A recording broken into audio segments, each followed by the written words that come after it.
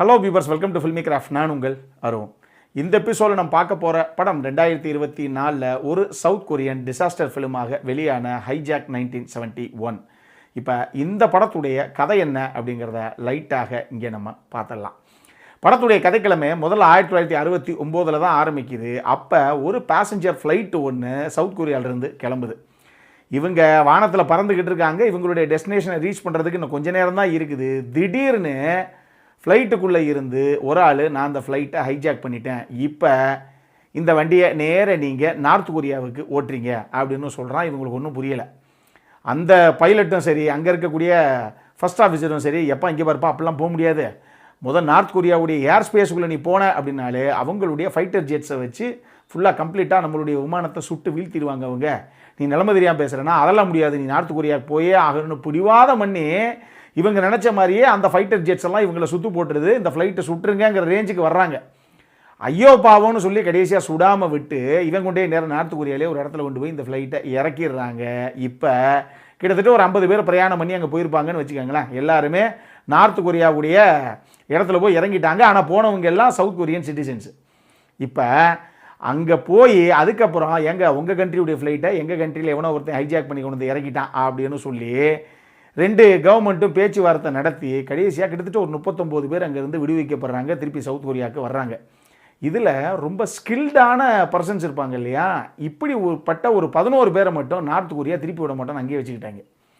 இதில் இந்த ஒருத்தன் கடத்திட்டு வந்தான் பாருங்க சவுத் கொரியாவிலிருந்து இந்த ஃப்ளைட்டை நார்த் கொரியாவுக்கு, அவனுக்கு நார்த் கொரியன் அரசாங்கமே $2 மில்லியன் பரிசு தொகை வேறு கொடுத்துருக்குது. பார்த்துக்கோங்க அவங்களுக்குள்ளே இருக்க பஞ்சாயத்து இப்போ வரைக்கும் எப்படி போய்கிட்டு இருக்குன்னு.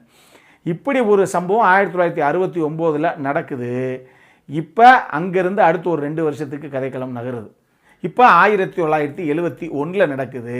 ஜனவரி 23 இதே மாதிரி திருப்பி ஒரு பேசஞ்சர் ஃப்ளைட்டு சவுத் கொரியாவிலிருந்து கிளம்புது.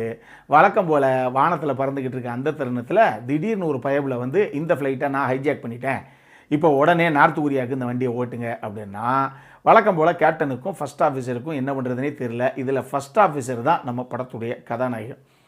என்ன பண்ணுறது அப்படின்னே அவருக்கு தெரியல. என்னப்பா வர இப்படி பண்ணிகிட்ருக்கீங்க, இப்போ தான் 2 வருஷத்துக்கு முன்னாடி ஒருத்தன் இதே மாதிரி ஃப்ளைட்டை கடத்தி கொண்டு போய் நார்த் கொரியாவில் நிறுத்துறான், திருப்பி நீயே ஆரம்பிக்கிற அப்படின்னா, அப்போ அவன் சொல்கிறேன், ஏற்கனவே 2 வருஷத்துக்கு முன்னாடி கடத்திட்டு போனானே ஒருத்தன், அவன் என் சகோதரன் தான். அவன் இன்றைக்கி நார்த் கொரியாவில் எந்த ரேஞ்சில் சூப்பராக லைஃப்பில் செட்டில் ஆகிருக்கான் தெரியுமா. பணம் பதவின்னு வேறு லெவலில் நார்த் கொரியன் கவர்மெண்ட்டு அவனை கவனிக்குது. அதனால தான் நான் இப்படி ஒரு சம்பவத்தை கையில் எடுத்தேன்.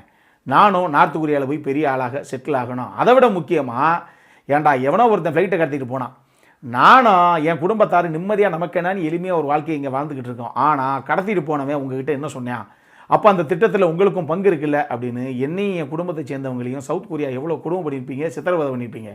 இதுக்கெல்லாம் பழி வாங்குறதுக்கு தாண்டா இன்றைக்கி இந்த ஃப்ளைட்டை நான் கடத்துகிறேன், ஓட்டுறா வண்டியை நார்த் கொரியாவுக்கு அப்படின்னா, அவன் சொல்கிறான், ஏன்டா உங்கள் குடும்பத்துக்கு வருஷம் ஃப்ளைட்டை கடத்துறது தான் ஹாபியாடா, இதை ஒரு டூரிசம் வீஸாக எடுத்துகிட்டு நார்த் கொரியா போய் சுற்றி பார்க்க வேண்டியதானடா, ஏன்டா இருக்கிறேன் உசுரை வாங்குறீங்க நீங்கள் அப்படிங்கிறப்பல ஹீரோ. இப்போ அவன் நீ போயே தீர்ற, இல்லாட்டினா கையில் இருக்கக்கூடிய இந்த ஹேண்ட் கிரானைடை நான் வெடிக்க வச்சிருவேன் இந்த ஃப்ளைட்லையே அப்படின்னு சொல்ல போக, அங்கே இருக்கிறவங்களுடைய உயிரெல்லாம் எத்தனையோ 1000 அடி உயரத்தில் ஊசலாட ஆரம்பிக்குது. இதுக்கப்புறம் இந்த கதையில் அடுக்கடுக்காக கிரியேட் ஆன பரபரப்புகளும் அதனால் இவங்களே எதிர்பார்க்காம அரங்கேறின சம்பவங்களும் தான் இந்த படத்துடைய மொத்த கதையை. இந்த படத்தை பொறுத்தளவுக்கு ஃப்ளைட்டுடைய கேப்டனாக பயங்கர ஃபேமஸான ஒரு கொரியன் ஆக்டர், பல படங்களில் பார்த்துருப்பீங்க, அவர் தான் ப்ளே பண்ணியிருப்பாப்புல. ஹீரோவாக அந்த ஃபர்ஸ்ட் ஆஃபீஸராக ஜங்குவா தான் பண்ணியிருப்பாப்புல. நம்ம தானே தலைவன் ஜங்குவாவை பார்த்து ரொம்ப நாள் தான் ஆகுது. தலைவனுடைய படங்கள் பார்த்து கொஞ்சம் கேப் விழுந்து போச்சு. இந்த படத்துலேயும் ஒரு அட்டகாசமான பெர்ஃபார்மன்ஸு. என்ன ஒன்று, நமக்கு மட்டும் இல்லை அவங்களுக்கும் வயசாகத்தான் செய்யுது அப்படிங்கிறது படத்தில் வந்து பார்க்கும்போதே தெரியுது. த டெரர் லைஃப் அப்படின்னு சொல்லி 2013 ஒரு படம் நம்ம விமர்சனம் பண்ண படம் தான். தானே தலைவன் ஜங்குவா வேறு லெவலில் பெர்ஃபார்மன்ஸில் பூந்து விளையாடிப்பாப்பில் அந்த படத்தில். இப்போ அந்த படம் வெளியாகி ஒரு 11 வருஷம் ஆகுது இல்லையா. அந்த வயசுங்கிறது கண்டிப்பாக தெரியதானே செய்யும். நம்மளால் பார்க்கும்போது ரொம்ப வயசான நபராகத்தான் பார்க்கும்போதே தெரிகிறாப்புல. ஆனால் பெர்ஃபார்மன்ஸில் வழக்கம் போல் அட்டகாசமாக ஸ்கோர் பண்ணியிருக்காப்புல. இந்த கதை நெடுகிலும் ஏதோ ஒரு இடத்துல பரபரப்பு இருந்துக்கிட்டே இருக்கும். இந்த கதையிலையும் அந்த பரபரப்பு அப்படிங்கிறது ஒரு பக்கம் போனாலும் ஒரு சில இடங்களில் லைட்டாக எமோஷனலாக ஒரு சில சீக்வன்ஸை டச் பண்ணிட்டு தான் போயிருப்பாங்க. அதுக்காக 2021 எமர்ஜென்சி டிக்ளரேஷன் அப்படின்னு சொல்லி ஒரு படம் ஒன்று வந்தது. வேற லெவல் சம்பவம் அந்த படம். அதுவும் நம்ம விமர்சனம் பண்ண ஒரு படம் தான். இதே மாதிரி ஒரு ஹைஜாக் சப்ஜெக்ட் தான் அதுவும். அந்த படம் அளவுக்கெல்லாம் இருக்கும் அப்படின்னு நீங்கள் எதிர்பார்த்துறாதீங்க. எமர்ஜென்சி டிக்ளரேஷன் வேறு லெவல் படம். ஆனால் இந்த படம் அதில் இருக்கக்கூடிய ஒரு சில விஷயங்கள் எல்லாத்தையும் நீட்டாக இந்த கதையிலையுமே ஒர்க் அவுட் பண்ணியிருந்தாங்க. ஸோ இதில் பரபரப்பு அப்படிங்கிறது ஒரு பக்கம் இருந்தாலும் எமோஷனலாகவும் ஒரு சில காட்சிகளை பக்காவாக பண்ணியிருந்தாங்க. ஒரே ஒரு ஃப்ளைட்டுடைய செட்டு தான், மீதி எல்லாம் ஒரு சில லைவ் ஷாட்ஸை மட்டும் அவங்க ஷூட் பண்ணிவிட்டு மீதி சிஜிஐ விஎஃப்எக்ஸில் புகுந்து விளையாடிட்டாங்க. நீட்டாக பண்ணியிருந்தாங்க, அட்டகாசமாக இருந்தது. இந்த படத்துடைய அந்த நம்பகத்தன்மை அப்படிங்கிற ஆஸ்பெக்ட் லெவல்லையே ரொம்ப நீட்டாகவே பண்ணியிருந்தாங்க இந்த கதைக்களத்தை. அதுக்கு டெக்னிக்கலி சினிமோட்டோகிராஃபியும் சரி, மியூசிக்கும் சரி, எடிட்டிங்கும் சரி, படத்துடைய overall production design work, sound designing ஒர்க்குன்னு சொல்லி எல்லா டிபார்ட்மெண்ட்டும் அவங்கவுங்க சைடில் இருந்து பண்ண வேண்டிய கான்ட்ரிபியூஷனை நீட்டாகவே பண்ணியிருந்தாங்க. இந்த படத்தை பொறுத்தளவுக்கு ஜங்ஹூகா ஒரு பக்கம் அட்டகாசமாக பெர்ஃபார்மன்ஸை பண்ணியிருந்தா கூட எல்லாருமே சப்போர்ட்டிங் காஸ்ட்லையும் எல்லாரும் தேவையான விஷயங்களை வந்து பண்ணியிருந்தாங்க. இப்போ அந்த எமர்ஜென்சி டிக்ளரேஷன் படத்தில் பார்த்தீங்கன்னா ஒரு கதாபாத்திரத்தோடய நமக்கு ஒரு பெரிய கனெக்ட் இருக்கும். ஆனால் இந்த படத்தில் அப்படி இவங்க சித்தரிக்கலை.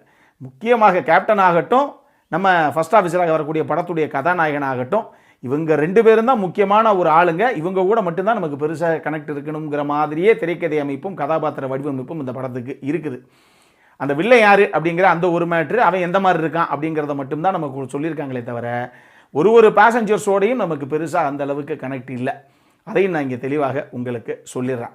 அடல்காரனை பொறுத்தளவுக்கு இந்த படத்தில் எந்த ஒரு விஷயமே கிடையாது. தாராளமாக நீங்கள் ஃபேமிலியோடு உட்காந்து பொழுது போலனா நீங்கள் பார்க்கக்கூடிய டெஃபினட்டாக ஒரு டீசெண்டான வாட்ச் தான். இந்த படம் தாராளமாக பார்க்கணும் அப்படிங்கிறவங்க பார்க்கலாம். இது எல்லாம் தாண்டி உண்மையாகவே நான் சொன்ன 1969 நடந்த அந்த ஃப்ளைட் ஹைஜாக்கும் சரி, இந்த படத்தில் காண்பிக்கப்பட்டதின்படி அந்த 1971 ஜனவரி 23 நடக்கக்கூடிய இப்போ அந்த கதைக்களமாக காட்டப்படுற இந்த ஃப்ளைட்டுடைய அந்த ஹைஜாக் சம்பவம் சரி, இது ரெண்டுமே உண்மையாக நடந்த ஒரு சம்பவம் தான் சவுத் கொரியாவில். அந்த விஷயங்களை தான் இவங்க படமாக கொண்டு வந்திருக்காங்க. அதனால் இது ஒரு உண்மை சம்பவத்தை அடிப்படையாக கொண்டு எடுக்கப்பட்டு தான் மக்களே, இதையும் மறந்துடாதீங்க. நான் ஏற்கனவே சொன்ன மாதிரி இந்த படம் தாராளமாக நீங்கள் பார்க்கணும் அப்படிங்கிறவங்க பொழுது போலனா கண்டிப்பாக பார்க்கலாம். அந்தளவுக்கு நீட்டான ஒரு படம் தான் இது. இதே மாதிரி இன்னொரு வீடியோவோட அடுத்த முறை உங்களை சந்திக்கிற வரைக்கும் இட்ஸ் அருண் சைனிங் ஆஃப்.